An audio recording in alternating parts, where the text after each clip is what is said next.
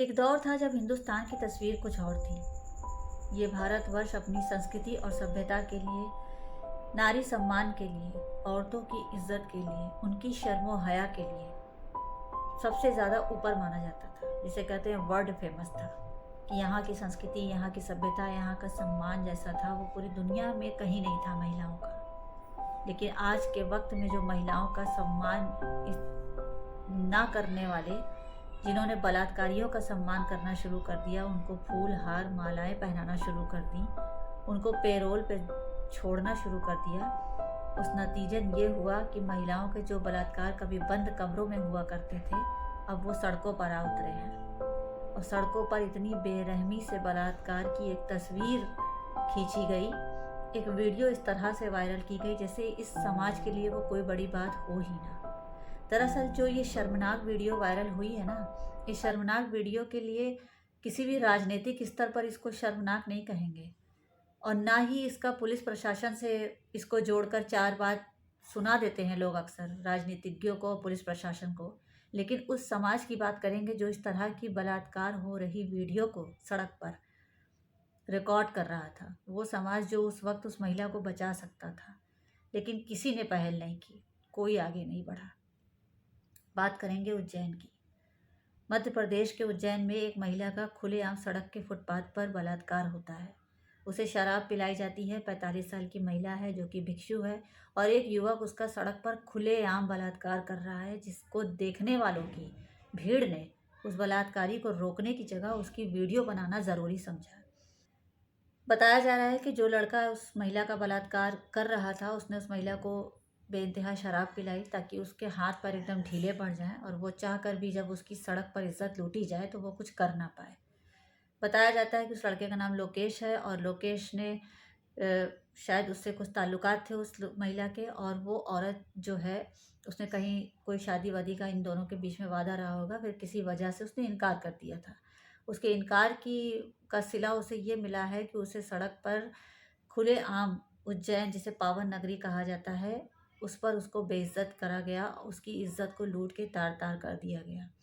Police समय पर नहीं पहुंचती, लोग चिल्लाते हैं बहुत ज़्यादा, प्रशासन कुछ नहीं कर रहा है, लोग चिल्लाते हैं बहुत ज़्यादा, लेकिन वो समाज जो अंधा बहरा गूंगा बना वहाँ खड़ा था, वो समाज क्या कर रहा था? क्या सारी रिस्पॉन्सिबिलिटी सिर्फ पुलिस की हर वक्त होती है? सारी रिस्पॉन्सिबिलिटी सिर्फ राजनेताओं की वजह से सब कुछ हो रहा है? आपकी अपनी कोई जिम्मेदारी नहीं है? लोग सिर्फ क्या करते हैं, एक दूसरे की पार्टी को टारगेट करना सीख लिया है लोगों ने, सिर्फ उठाकर पुलिस को गाली देना सीख लिया है। अगर वहाँ पर जो लोग मौजूद थे वो लोग ही अपनी मर्दानगी दिखा देते, वो लोग ही इस चीज़ को बता देते कि हाँ हम मर्द हैं, आज भी हम औरत की इज्जत करते हैं, या हम इस तरह की वीडियो को नहीं बनाएंगे, पहले इसकी पिटाई करेंगे जो इस तरह का काम कर रहा है। लेकिन लोगों ने चाह कर भी ऐसा नहीं करा। जिस वक्त उज्जैन की पावन नगरी में सड़क पर खुलेआम किसी की इज्जत को तार तार किया जा रहा था, वहीं पर उसी दिन मोहन यादव, जो इस टाइम मध्य प्रदेश के सीएम है और वो उज्जैन से ही रहने वाले हैं, उज्जैन से ही संबंधित हैं, वो वहीं मौजूद थे। और उस दिन कई दफ़ा सुनने में आया कि उनका काफ़िला भी उसी सड़क से गुजरा। लेकिन वही है कि आँख वालों के पास अब आँख कहाँ है? सत्ता की कुर्सी पे बैठने के बाद फिर किसी को होश कहाँ है? कौन चाहता है कि इतना ज़्यादा अपने सर पर बोझ ले? वैसे ही काम का इतना एक दूसरे पर आरोप लगाने से जो है फुर्सत नहीं है। ये बलात्कार को जो बढ़ावा मिला, जो चीज़ कमरे से, बंद जगहों से निकल कर सड़क पर आ निकली, ऐसी चीज़ों को बढ़ावा इसलिए मिला क्योंकि आप राम रहीम और गुरु रहीम जैसे लोगों को और आशा राम जैसे लोगों को जो है पेरोल पर छोड़ते हैं, जो कि इतने बड़े बलात्कारी हैं। पेरोल पर बलात्कारी छोड़े जा रहे हैं, और बहुत सारे बलात्कारी तो इस तरह के छूट के मेरे सामने आए, हमने देखा कि उनको अच्छी खासी मालाएं पहना के लड्डू खिलाया जा रहा है। तो खिलाइए लड्डू। ऐसा नहीं है, जो जितने लोगों ने इस वीडियो को कैप्चर करा है, क्या उनके घर में औरतें नहीं होंगी? क्या उनके घर में उनकी बेटियां नहीं होंगी? उस जगह, उस सड़क पर जब हैवानियत इतनी छा ही गई है पूरे देश में, तो उस हैवानियत का शिकार कौन नहीं हो जाएगा? कुछ लोग जो मिलकर थोड़ी बहुत आवाज़ उठाते हैं, उनको उठा के जेल में डाल दिया जाता है, लोग सच कह देते हैं तो। लेकिन ये लुत्फ़ इसलिए लिया गया है, इस लुत्फ़ को, ताकि जब हमारे वीडियो में ये कैप्चर हो जाएगा तो लोग इसको फिर छुप छुप कर देखेंगे इस चीज़ को, क्योंकि हमने ये लाइव रिकॉर्ड किया है। सम्मान से अपने सर को ऊँचा करेंगे।